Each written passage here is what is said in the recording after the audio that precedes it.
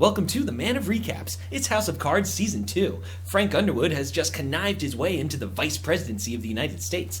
Meanwhile, reporter Zoe Barnes and her friends are researching his misdeeds. They're tracking down Rachel, the former prostitute who was involved in the Peter Russo drinking setup. Doug finds her first and is like, "We gotta move." She's like, "I don't want to move again," but he reminds her that he is not her friend and he's not asking. Zoe confronts Frank directly and she's like, "Look, Frank, I'm okay with some shadiness, but did you kill Peter Russo?" And he's like, "No, don't worry, I would never kill anyone except maybe you right now." Oh, he pushed her in front of the train. Season 1, Zoe's gone. Nah, that's so sad. Moving on, Frank's big opponent this season is Raymond Tusk, the billionaire businessman who's a close friend of President Walker and is basically running the country. Frank can't have this because, of course, he wants to be running the country. First, though, Frank has to find a replacement for his old job in Congress, Majority Whip. He chooses Jackie Sharp. She's hot, ambitious, and willing to do whatever it takes. Frank gives her all the dirt he has on her main opponents, and when the other two realize they're not going to win, one of them makes a deal to give her support if she'll destroy her longtime family friend, whose bastard child she's been taking care of. Sorry, friend, nothing personal, it's just politics. Next on the agenda, Frank has to avoid a government shutdown because the Democrats and Republicans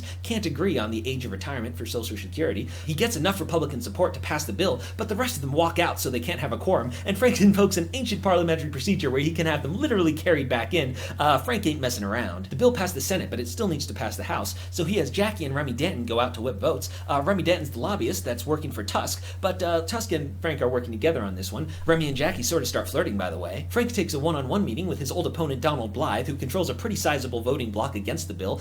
Donald still hates him from when he ruined his education bill last season, but while they're in there, white powder in the mail. Yeah, you guys remember the anthrax scare? That was a thing.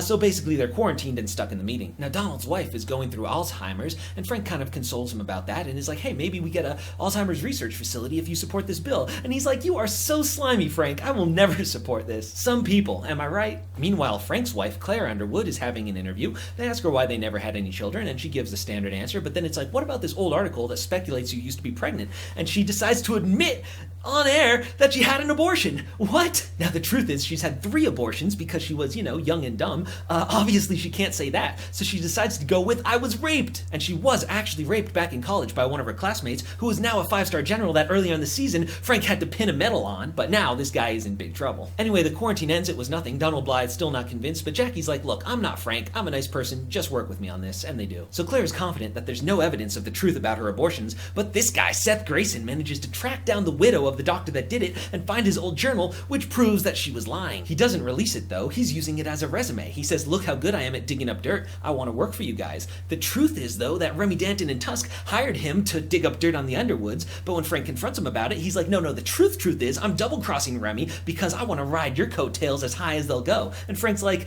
"You're my kind of slimy, I like you." Now Zoe's reporter friends, what have they been up to? The girl bails because she's scared, but Lucas Goodwin was in love with Zoe, so he can't let it go. He posts on the deep web that he wants to hack phone records, and he gets a response from someone who's like, "Yeah, I can hook you up." It's the guy from Westworld who's a big-time computer hacker. He puts a virus on the dongle that needs to go into the server, so Lucas takes a tour and just sneakily sneaks it in, but oh, it's a sting operation, what? Yeah, the FBI notices if you post online trying to hack the vice president's phone records. Normally they wouldn't care, but Doug Stamper was like, "We need to put this guy away." So hacker guy was working with the FBI because otherwise they would kill his guinea pig and put him in jail for life, and Lucas Goodwin's like, "Hey, you gotta get me out of here," but unfortunately he has 0 evidence, so he's going to jail for a long time. Frank goes to see a Civil War reenactment where he meets his great-great-grandfather who fought for the South, but the real reason he's there is a secret meeting with China.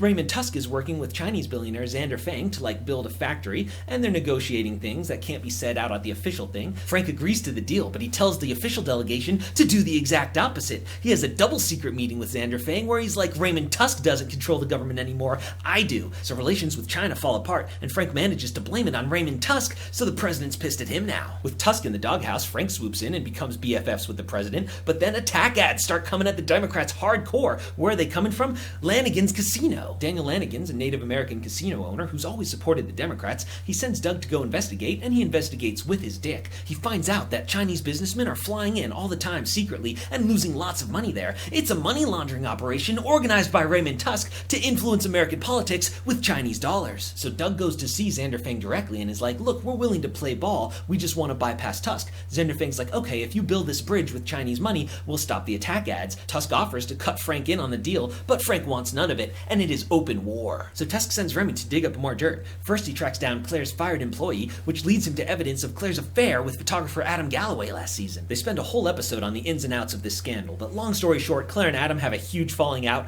but they do get him to admit the whole thing was a publicity stunt. They also go after Freddie, Frank's barbecue ribs guy. He's going to get a franchise deal, but they leak the story that he was a felon, and his son pulls a gun on some reporters, so the deal's off and he has to sell the rib joint. Finally, Tusk wants Remy to get dirt on Jackie Sharp to coerce her to turn on Frank, but the person she's having an affair with is Remy Denton, and he sort of loves her, so he goes to Frank. He's like, hey, maybe I back off a bit in exchange for some insurance plan in case you come out on top of this battle. But Frank turns Remy in to Tusk immediately, so now he's fired, and Frank has all the leverage. And now Frank goes on the counterattack. He leads a reporter to finding the Chinese money laundering scheme, and this is super risky because if things go wrong, he could be in big trouble too.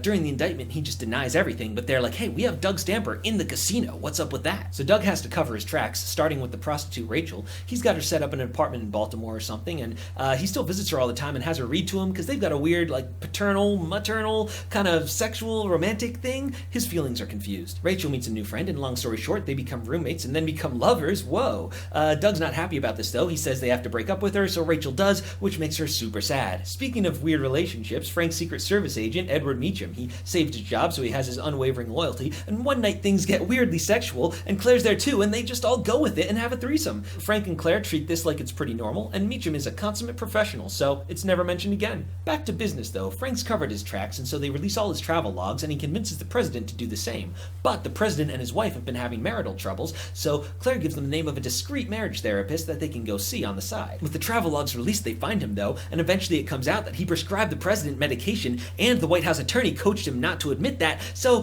they're talking impeachment now. The president starts to realize that maybe Frank isn't his friend and is working against him, so Frank goes to see Secretary of State Catherine Durant. He's like, hey, you want to take down a president? They offer asylum to Xander Feng, the Chinese guy. He's on the run from his own government now, and they get him to admit to working with Raymond Tusk. Raymond Tusk is pleading the fifth, but eventually they'll get him, so the president offers to pardon him in exchange for throwing Frank under the bus. But then Frank secretly meets with Tusk and is like, no, I'm going to impeach the president anyway, so you better throw him under the bus and then I'll pardon you. Quick side story, the hacker guy didn't just fake hack the phone records, he actually did hack all the phone records for AT&T, and he's using that leverage to get all of his charges dropped, and he's also been tracking Doug Stamper on his visits to Rachel, and he uses that knowledge to blackmail Doug to make sure the deal is good. So Doug goes to Rachel, he's like, sorry, we gotta move you again, and she kinda gets the feeling that he's gonna kill her this time, so she bails, and he's tracking her through the forest, and oh, on the head hit, and Rachel bails out of there, leaving Doug for dead. Back in politics, Frank writes a letter to the president saying that he is his true friend, and he's willing to take the fall even if it comes to that. The president naively believes him and is like, you know what, Frank, I'm gonna call off Tusk,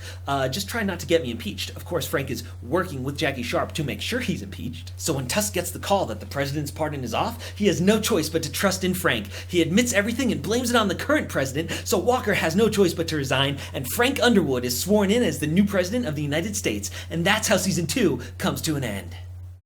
Thanks for watching The Man of Recaps. Stay tuned for House of Cards Season 3, or check out my other videos for even more recap goodness.